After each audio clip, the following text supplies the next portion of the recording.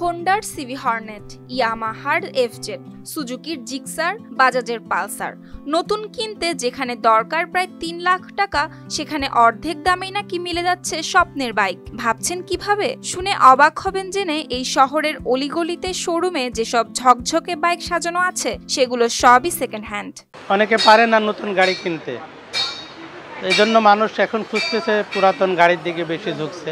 মেহেরপুর জেলার গ্রাম থেকে শহর সবখানেই বাড়ছে সেকেন্ড হ্যান্ড বাইকের কেনাবেচা। ব্যবসায়ীরা জানান, নতুন বাইকের তুলনায় সেকেন্ড হ্যান্ড বাইকে লোকসানের ঝুঁকি কম, তাই মানুষ এখন বেশি আস্থা রাখছে পুরনো বাইকে। আমি এখানে এসেছি একটা ভালো গাড়ি নেওয়ার জন্য।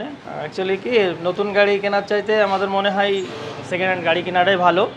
সেকেন্ড হ্যান্ড গাড়ি কম টাকায় পাওয়া যায়। তো কিছু কিছু লোক আছে যে শোরুম কন্ডিশন গাড়ি সেল করে দেয়, তো ওই ধরনের গাড়ি একটা আমি খুঁজছি আর কি। যদি পর্দা মতন পাওয়া যায় তাহলে আর কি নেব। শহরের বড় ব্যবসায়ী থেকে গ্রামের ছোট উদ্যোক্তা সবাই ঝুঁকছেন এখন এই ব্যবসার দিকে। সানবিট সব দিবে সামাল। সানবিট ম্যাজিক প্রেস ডিশওয়াশিং এর মাথা ঘোরানো সলিউশন। দীর্ঘদিন এই মোটরসাইকেল ডিপার্টমেন্টে জড়িত আছি, ব্যবসা করি এবং আমি নিজেও এই কাজের সাথে জড়িত ছিলাম প্রায় 35 বছর। এই কাজের থেকে আস্তে আস্তে আমি সেকেন্ড হ্যান্ড মোটরসাইকেল ব্যবসার সাথে জড়িত। নিজে একটা শোরুম দিছি এবং বর্তমানে ব্যবসাটা ভালো।